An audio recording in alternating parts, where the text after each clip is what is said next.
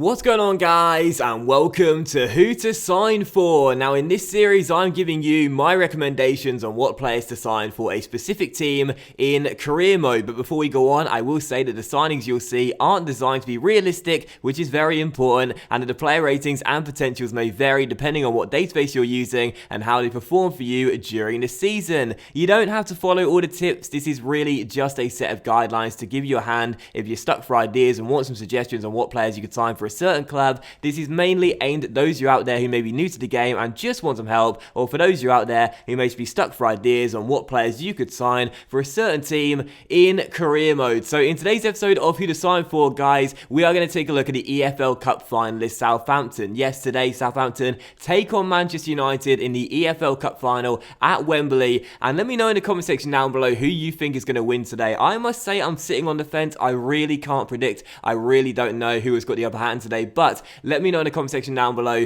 who you think will win the EFL Cup final this afternoon at Wembley and walk away with the trophy. But anyway, as you take a look at Southampton today, I thought it'd be quite fun and relevant as well. I wanted to go back to the Premier League for Who to Sign For episode. Didn't really know what team to pick, but then I thought, well, why not choose the finalists today of the EFL Cup, because I've already done United. Now, Southampton's team, as you'll see in just a moment's time, is pretty decent. It's not too bad at all. It's a 4.5-star team to start off with, and what I like about Southampton's team is there's a lot of decent young players in there. There are a couple of players that are in their late 20s, I think one in the 30s as well, in Stuart Taylor. It's unbelievable to think he's still going, to be honest. But yeah, there's a few players that are in their late 20s right now, but for the most part, this is a decent young side and a really fun team as well. Now, their starting budget is £42.2 million, so a very good budget to begin with Southampton.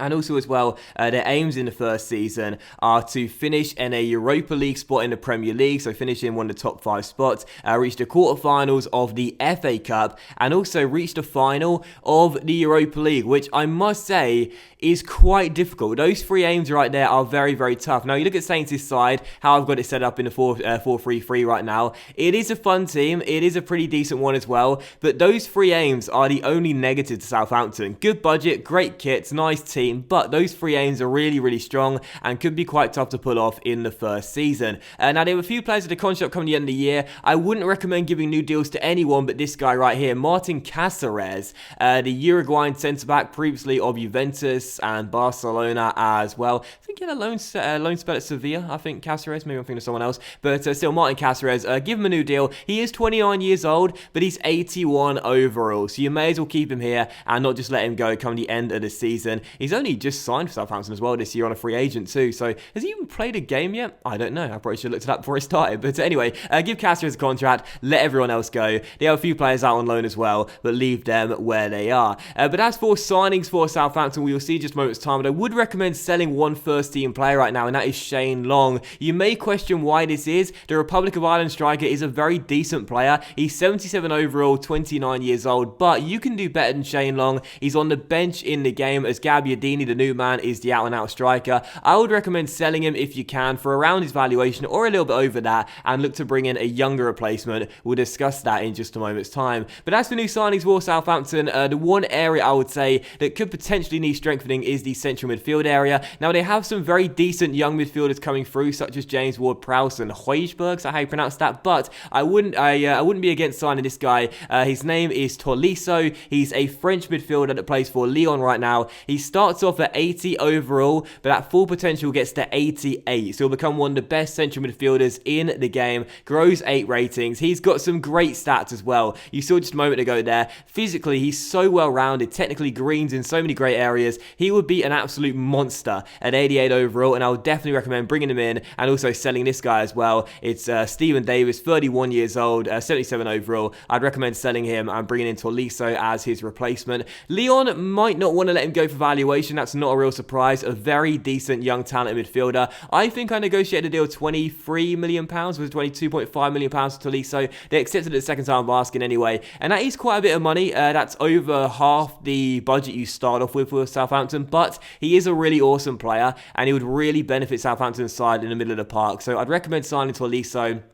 selling Davis, selling Shane Long as well, and also selling this guy too, Kuko Martina, a right back. You already have Jeremy Pied, not sure how you pronounce that, and also Cedric too. You don't need 3 right backs. That guy's contract coming at the end of the year. Let him go for anything around his valuation. But as for Tolisso, as you see, I did manage to complete this signing, and again, for £22.5 million, it is quite expensive, but he would really benefit Southampton's team, sitting in the middle of the middle three, if you will, the three midfield players. In the 4-3-3. He'd be a great signing, and once Davis is gone, he'd slot straight into the first team and be a really good acquisition. So signing Tolisso while selling Davis, Long, and also Martina are the 3 main things to do first. They are definitely players that have very little long-term future here, whereas Tolisso will be part of long-term future for Southampton. Look at these stats. Mentally, greens everywhere. Physically, greens everywhere. Technically, greens everywhere. And just 4 yellows. The guy is so well-rounded. High work rates. I mean, I can't understate how important it is to have a midfielder like that in your team that is so versatile and so good at every single stat. It's so important. And again, this guy's 80 overall. Imagine his full potential when he's 88 overall. He'll be a monster, right? So bring the guy in, even though it costs quite a bit of money. But as for new signings, so I did touch on it a moment ago there. Once you've sold Shane Long, you might want a replacement as a backup striker. You do have Charlie Austin, but you wouldn't be against signing someone else, I'm sure, with the money you'd still have left over. And Kelechi Iheanacho will be a great signing. Like I said at the start of the episode, these signings aren't designed to be realistic, but Iheanacho would be a great bargain. You can typically pick him up for around his valuation as well in the first transfer window. That's exactly what I do with Pep here. Putting an £8 million bid, he said that was fine. And as you'll see in just a moment's time, we do sign a Nigerian to St Mary's. He starts off at 76 overall. A very decent young talented striker, but at his full potential grows to 89. This guy is the long-term number 9 for Southampton. He'll be an absolute monster, one of the best strikers in the world at 89 overall. And to begin with, he's good enough for the bench and only 1 rating lower than Shane Long, whilst being 10 years younger. I would definitely say Iheanacho is a great replacement for Shane Long once you've sold the Irish striker. Bring this guy in. He may not be in the first 11 to begin with, but he will be coming off the bench in a lot of games and being a really good second choice striker or third choice striker to have if you prefer to use Charlie Austin instead. But eventually I did manage to get Iheanacho to sign here. I had this problem with quite a few players in this episode here, trying to get them to come to St Mary's, but they kept on declining contracts. But eventually Iheanacho did accept his deal and came in for, again, £8 million, which is his valuation. And again, that's an absolute bargain too. £8 million is an absolute bargain. You might sit there and say, well, you sold Shane Long for £7 million. You're spending £1 million more on a player that's 1 rating lower. But again, you're thinking of the future here with Southampton. And with 89 potential, that future is very bright indeed. So definitely bring in Kelechi. He would be a great signing for the bench and a fantastic acquisition at that. And already when you look at his stats right now, very quick, 79 finishing, 76 ball control, 76 shot power as well, and this is at just 19 years old. When he gets his full potential, he'll be an absolute handful for opposition goalkeepers. But as for yet new signings with Southampton, I made 5 in total in this episode. I would recommend buying a new winger as well. Now, Saints do have quite a few decent wide men already. Dusan Tadic, Buffal, the new man in as well, Jay Rodriguez, listed as left midfield, comes to play striker as well, and also Nathan Redmond too. But a new first choice winger wouldn't go amiss at St Mary's, and I definitely recommend these 2 guys right here. Keita, that's Balde Diao Keita, the Lazio winger, and also Thomas Lemar as well, who currently plays for Monaco right now, the French midfielder. Now, either of these 2 signings would be absolutely fantastic. They both start off at 80 overall, and they both hit 88 in the future as well. That's the potential for both. They both have the exact same overall, the exact same growth as well. Lemar is 1 year younger, but either one of these signings would be fantastic for Southampton. I put in bids for both here just to see which one I could snap up on a cheaper deal, and as you'll see in just a moment's time, I managed to negotiate a cheaper deal with Lazio, so ended up going in search of Keita as opposed to going after Lemar instead. But really, if you weren't a fan of one, just sign the other. Both of these guys have great stats in all the right areas for a wide midfielder / winger. They would be really great acquisitions for Southampton. It's personal choice really, whichever one you want. They've both got the same overall, they've both got the same potential. Whichever one you fancy fancy more, bring them to St Mary's and they'll be a great acquisition for you. As you'll see, Lazio accepted our deal. We had to keep on bidding for Thomas Lemar, and in the end I decided to settle on Keita. And for me personally, I've used them both. I used Keita back in FIFA 15 and also Lemar in FIFA 16. I prefer Keita. I think he's absolutely fantastic, but that's not to say Lemar isn't good either. Again, it's just personal choice. Whichever one takes your fancy more, bring them to St Mary's. They'll cost around the same amount. With Lazio, as you can see, we bid £22.5 million. They accepted it, and Monaco eventually accepted £26 million, so only £3.5 million more, but it's up to you really. Again, those deals, they'll vary on your saves as well, but whichever one takes your fancy more, just bring them in, because they're both very, very similar type of players with very similar ratings and potentials as well, or I should say, almost identical. But anyway, also as well, you saw here, a big game for Maya Yoshida, the Japanese centre-back. I wasn't really sure about this one. He's 27 years old, 74 overall. He's not going to get any better. 74 is what he'll stay at throughout the entire career until he begins to decrease in ratings for Southampton. I wouldn't be against selling him, but Yoshida, I don't know why, I just really like him as a squad player. I've used him before. He's pretty decent, and I think the Saints fans like him as well, as he's been there for quite a long time. But really, it's up to you. If you want to sell Yoshida and bring in a younger centre-back as a replacement, that's totally fine. But I, in the end, tried to accept the deal, but Yoshida didn't want to relocate, so he stayed here. But yeah, if you want to sell Yoshida, you can by all means, but he's not going to grow any more ratings. He'll only get worse eventually, but that'll take like 3 or 4 years before he starts to decrease in stats. So that's up to you really, if you want to sell Yoshida or not. I just showed you the bid I had there and what my thinking was. But I would still recommend a new centre-back anyway. I'd recommend selling Florin Gardos, the Romanian centre-back that Southampton have as well. He's very similar to Yoshida in terms of age and also rating as well, and bringing in a new centre-back for the bench. And now, of course, they've sold Jose Font, Southampton. He has now gone to West Ham. They've got Cáceres, they've got Van Dijk. You won't need a new centre-back for the first 11, but certainly one for the bench, and I wouldn't say no to this guy. Lucas Hernandez, the Atletico Madrid centre-back. He's French, he can play left-back as well.